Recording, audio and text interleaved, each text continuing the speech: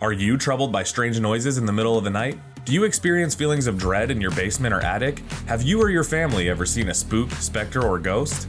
If the answer is yes, then you probably know exactly how impactful the Ghostbusters franchise has been in the 80s, 90s, and into the modern era. Between the wild antics, heartfelt moments, and spooky sightings of slimy phantoms, the Ghostbusters have maintained their status as a reliable source of entertainment for movie lovers everywhere, and as JoBlo's resident Ghostbusters fanboy, I could not be more excited for today's episode.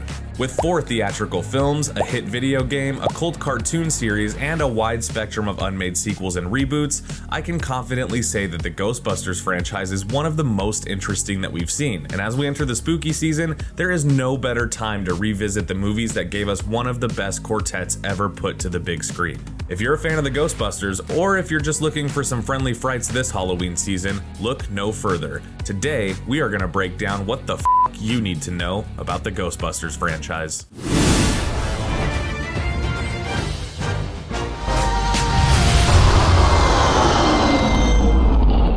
It has been nearly 40 years since the introduction of the now iconic team of scientists that saved New York City from a giant marshmallow monster and blasted their way into our homes and our hearts. But the beloved franchise, featuring some of Hollywood's most brilliant comedic actors like Bill Murray, Dan Aykroyd, Harold Ramis, and Ernie Hudson, is plagued with behind-the-scenes drama, failed sequel attempts, and even personal grudges between actors that lasted far too long. But you know what doesn't take too long? Liking and subscribing to JoBlo for the best in movie content. Go ahead and take care of that now before we go on. But as always, before we hit play on these classic and not so classic movies, we first need to take a look at where it all started. Let's rewind the clocks back to 1984 and see how this high-concept sci-fi action comedy came to be. Oh, this is so exciting. You're about to learn who you're gonna call. While today the original Ghostbusters is seen as a classic piece of American cinema, in 1984 the idea of a dark comedy about ghosts and ghouls running amok in NYC was slightly more taboo and a big risk. I had no idea it'd be so much I won't pay it.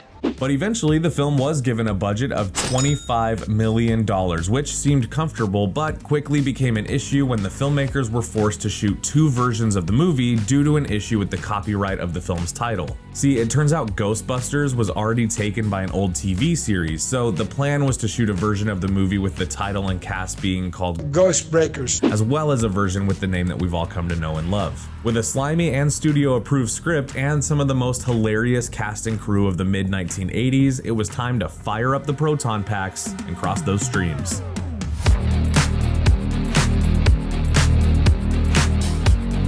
Ghostbusters follows the story of Peter Venkman, Ray Stantz, and Egon Spengler, a group of parapsychologists at a local New York City university who spend their days goofing off with mostly trivial and meaningless experiments to prove the existence of supernatural forces like telepathy and psychic abilities. You could come back this evening, say it. 8 o'clock? I was just going to say, 8 o'clock? When the group loses funding for their program and is left jobless after an undeniable breakthrough in their research via ghost sighting, they form their own business as ghost hunters who work like pest control workers for those annoying little ghosts that keep New Yorkers up at night. Dan Aykroyd had stated that he wanted the Ghostbusters to be similar to exterminators, saying that calling a Ghostbuster was like calling to get rats removed. Annie Potts plays Janine, the Ghostbusters receptionist, who is now famous for this iconic line. Ghostbusters, what do you want? And we also get introduced to the newest recruit, Winston Zeddemore, played by Ernie Hudson, who's famous for this iconic line. That's a big Twinkie. The movie introduces Dana Barrett, played by the beautiful Sigourney Weaver, as well as Louis Tully, Dana's not-so-bright neighbor, played by the beloved Rick Moranis.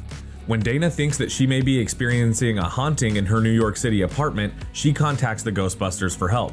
Now, Dana is the female lead in this movie and also serves as kind of a love interest to Bill Murray's Peter Venkman and also the human vessel for the Gatekeeper, a paranormal spirit who must meet and make love with the Keymaster, another ghost, in order to bring back Gozer, the movie's big bad, who, despite being an overly sexy woman, looks an awful lot like David Bowie. I thought Gozer was a man. Whatever it wants to be. This movie introduced audiences to the now iconic Slimer, who was molded to look like John Belushi as sort of an homage to the late comedian. However, it has been said since that the prop master of the film didn't actually change the design of the green blob, but everybody on set seemed to be fooled into thinking he purposely made it resemble Belushi. I can't tell if that's a compliment to the props department or an insult to the comedian. What do you guys think? Let me know below. The film also gave us the Stay Puft Marshmallow Man, who you've undoubtedly seen on countless t-shirts and bumper stickers, and who was designed and modeled to look like the Pillsbury Doughboy. It's the Stay Puft Marshmallow Man. Despite the massive risk that Columbia Pictures was taking by producing such a strange and unique film, the movie opened up in the summer of 1984 to a box office sum of $23 million in its first week of release, beating out another beloved family-friendly horror film, Gremlins. Ghostbusters would go on to become the #1 film in theaters for 7 straight weeks until the release of Prince's Purple Rain, and would finish its box office run with a grand total of $229 million, beating out films like Temple of Doom, Red Dawn, and Tightrope. And of course, it was also the highest grossing movie of 1984. You are a legitimate phenomenon. The movie was also a hit with audiences, as the mature concept mixed with hilarious ensemble cast made for the perfect movie-going experience for family audiences and adult audiences alike. Notably, Roger Ebert praised the film's sly dialogue and use of special effects blended with practical, and he gave the film a 3.5 out of 4 stars. We came, we saw, we kicked its ass. Personally, I could watch this movie every single week for the rest of my life and still find it just as charming as the first time. And of course, that level of success can only mean one thing in Hollyweird.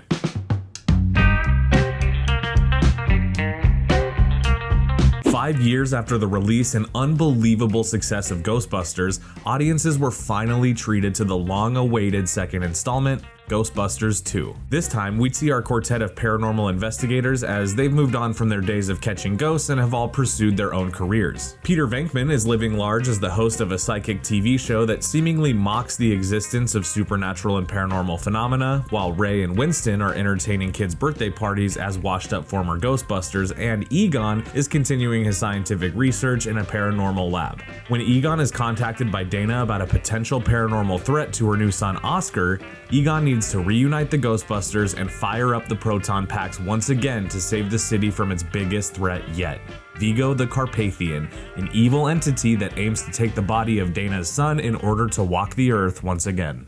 Also known as Vigo the Cruel, Vigo the Torturer, Vigo the Despised, and Vigo the Unholy. Wasn't he also Vigo the Butch? While this movie doesn't get nearly as much love as the original, it did dare to do something different while also delivering on the same successful elements of its predecessor. Much of this is due to the constant pitching for different ideas and lack of eye-to-eye vision between Aykroyd and the studio. Originally, the idea was to usher in a new era of Ghostbusters and take the story into the depths of hell as the Ghostbusters battle paranormal beings on their own turf. At the time, Columbia Pictures executive David Putnam was not as interested in a high-budget sequel and continuing the saga. However, the movie had been greenlit before Putnam's regime, so the movie went forward with production anyway and started in November of 1987 with an unfinished script. Notably, the conflicts behind the scenes caused even more turmoil for the film. Putnam would openly speak lowly of star Bill Murray and his talent agent Michael Ovitz, who also represented the other stars of the film, and director Ivan Reitman. Aren't you supposed to lie to me and kiss my butt? Putnam was later fired by the studio prior to the film's release, so whoops. I'm gonna get you a nice fruit basket. I'm gonna miss him. Now, Columbia had a sizable string of box office bombs following the original film, and the studio saw Ghostbusters 2 as their golden goose that could bring them back to the top of the hill. And how did that go? Well, seeing as film sequels were finally ramping up in Hollywood, Ghostbusters 2 was moved up from its original July release date to a June release so that it didn't directly compete with Tim Burton's Batman. This proved to be a smart decision, as Ghostbusters 2 pulled in a whopping $29.5 million on its opening weekend, as opposed to the $13 million pull from the first film. Let's suck in the guts, guys. We're the Ghostbusters. Funnily enough, this movie was the top performing movie in theaters, again beating out another Indiana Jones film, Indiana Jones and the Last Crusade. At the time, the movie was the highest grossing film on its opening Friday of all time and ended up with a box office run of $92 million. However, critically, the film was negatively received and was considered a lackluster rehashing of the first film. To this day, most of the Ghostbusters fans that I know carry that knee-jerk reaction of just slamming this film and immediately reminding themselves that it's not as good as the first one. Ungrateful little yuppie larva. After all we did for this city. And while I can agree that this movie isn't nearly as much fun as the original one, I still enjoy the rewatch every single year. F it, I'll die on this hill. This movie is better than you remember, okay?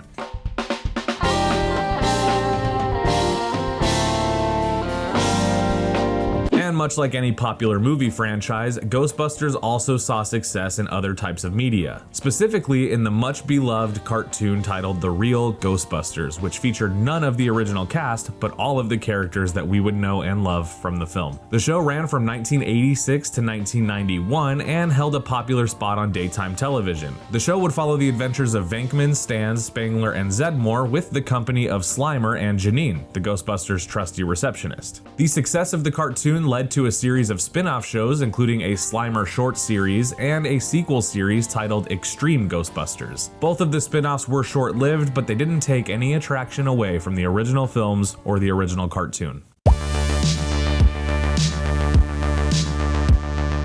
The Ghostbusters video game was released in 2009 and featured the voices of Murray, Hudson, Aykroyd, and Ramis. This also served as a semi-reunion for the estranged Ramis and Murray, who had a massive falling out during the filming of the classic comedy Groundhog Day, which was directed by Ramis and starred Murray. That's a whole other story, but many fans consider the game to be a true suitable third installment for the franchise, as the story picks up in the early 90s and directly references both films throughout the game. The video game was met with positive reviews as it set players in the shoes of a new recruit to the Ghostbusters team 2 years after the events of Ghostbusters 2 and being mentored by the original cast. It's a fun game to play because of the nostalgia, and honestly the graphics are pretty solid for a 2009 video game. I would recommend it.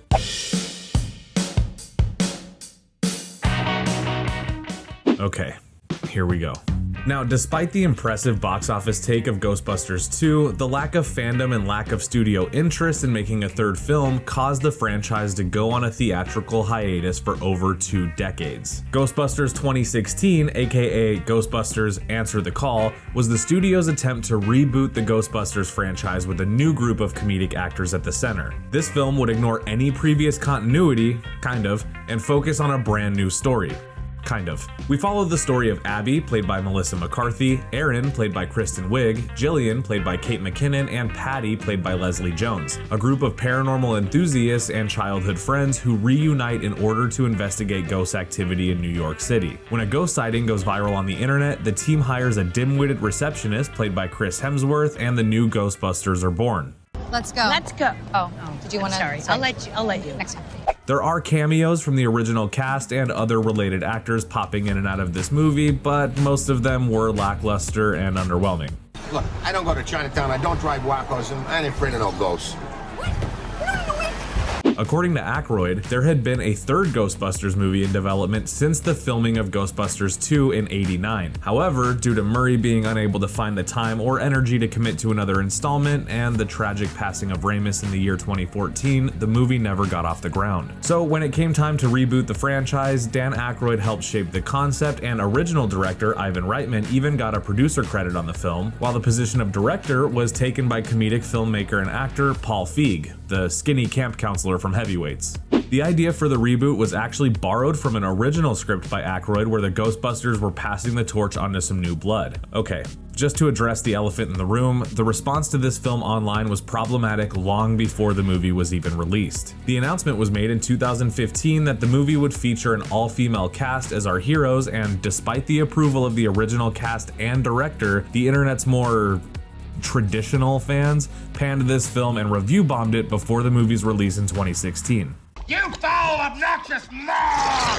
You have a weak electrochemical bond! Now look, I'm not here to judge that decision, and personally I don't see anything wrong with having an all-women cast. I think it's more about having the right cast and the right screenplay, and unfortunately, this reboot didn't really have either one of those things. This movie indeed was overhated and gets way too much harsh criticism because of the association with the franchise, but at the end of the day, it is an inferior film and does not successfully add anything interesting to the franchise. The movie did rake in $229 million in its box office lifespan, which sounds impressive, but given the backlash from angry Ghostbusters purists, the studio canceled any development for a sequel. Okay, homeboy is pretty much not keeping up with what we agreed upon. I say watch it for yourself before you talk shit, but do you? Who you gonna call? Someone else.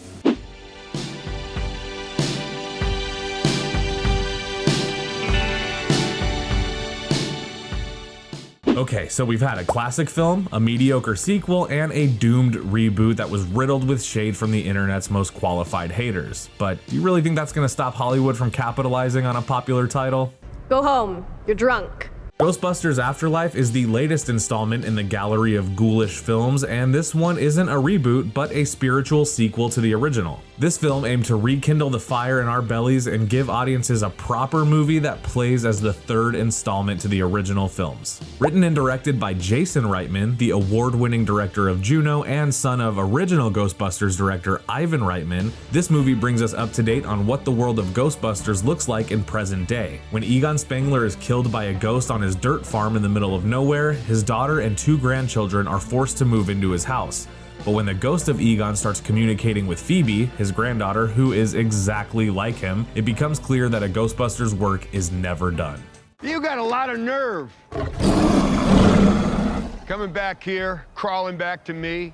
It follows a new generation of Ghostbusters, including McKenna Grace as Phoebe, Egon's granddaughter, Finn Wolfhard as Trevor, Egon's grandson, Logan Kim as a student named Podcast, and Paul Rudd as Mr. Gruberson, a checked-out summer school teacher with a fascination for ghost activity in the town and, of course, a loyal Ghostbusters fan.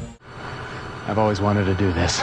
But the movie also continues the continuity of the first 2 films and references to the final battle in New York, clips from the original movie, names and faces from the original films, and of course cameo appearances from Bill Murray, Dan Aykroyd, Ernie Hudson, and a CGI ghost replica of the late great Harold Ramis. I thought you might turn up. While Jason Reitman definitely showed how well he could adapt his father's original work, he also provided audiences with a deeper understanding of the lore of Ghostbusters. If anything, I would say that there's almost too many nods to the original film, and that may have just been out of fear that audiences would give this movie the same treatment as the 2016 reboot. Personally, I think this movie is amazing, and when I saw it in theaters for the first time, I found myself giggling like a schoolboy at every single reference, and I even found myself tearing up at the film's heartwarming finale. I do wish Rick Moranis would have reprised his role one more time as Lewis, though. No sweat.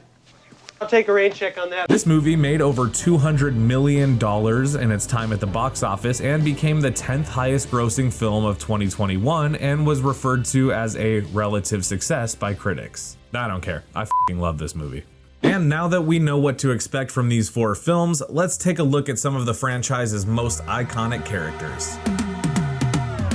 Played by Bill Murray, my personal favorite actor, Peter is cocky, witty, and downright hilarious as a parapsychologist with a love for cracking jokes and catching ghosts. Arguably the main Ghostbuster, especially after this most recent film, Egon is our straight man with almost no social awareness, but an extensive knowledge of the paranormal. I collect spores, molds, and fungus. Ray is our true believer who provides hope when the chips are down. He's got a childlike innocence which makes him a unique member of the team, and Dan Aykroyd really plays this role to a T. Ernie Hudson has some amazing quotables throughout his entire career, but this is my personal favorite role for this beloved actor. He's a go-with-the-flow character who's loyal to his friends and a key member of the franchise. Played by Sigourney Weaver in 3 of the 4 films, and a main character in some of them, Dana is the love interest to Peter, but also a savvy and capable honorary member of the Ghostbusters. Rick f***ing Moranis. Am I right? Is that John Belushi? No. But is Slimer one of the most important ghosts in the entire franchise? Yes. Slimer has been seen eating everything in front of him in multiple films, including the reboot, and is instantly recognizable in the franchise. McKenna Grace puts on her best Egon impression in Ghostbusters Afterlife and is the sole standout of this film. She's moody, squeaky, pretty, and does not take shit from anyone. Come on, how do you not include Gozer and the Terror Dogs in this lineup? You just have to. This kid was hilarious in Ghostbusters Afterlife and made for a really impressive supporting role. Definitely hoping to see more of him in the upcoming film. And if you're looking to revisit this franchise for yourself, here is what we at JoBlo consider to be required viewing, and here are some adventures that you can probably skip. Now, Ghostbusters, Ghostbusters 2, and Ghostbusters Afterlife are all connected within the Ghostbusters canon, so if you're looking for an adventure that has a clear start, middle, and finish, this is the one for you. Unfortunately, that means that for skippable adventures, the only one that I would recommend snipping out if you don't have the time to watch them all would be Ghostbusters 2016. Nothing personal against this movie, it just doesn't add anything special to the franchise, and it technically is the only piece of Ghostbusters media that isn't connected to the movies. Now, there are plans for a follow-up film from director Jason Reitman, and a post-credit scene in the most recent film does set up a unique angle for the next installment. There has been almost no information as to the current state of the movie's development, but I think it's safe to say that we can look forward to a new adventure with a new team very, very soon. What do you think about a new installment of Ghostbusters being added to the beloved franchise? Personally, I can't f***ing wait. And that, my friends, is what the fuck you need to know about the Ghostbusters franchise. Thank you for tuning in. Join us next time for future episodes about the good, bad, and ugly of Hollywood's most famous franchises. We'll see you again very soon. Okay, so I'll see you later, huh? I'll give you a call.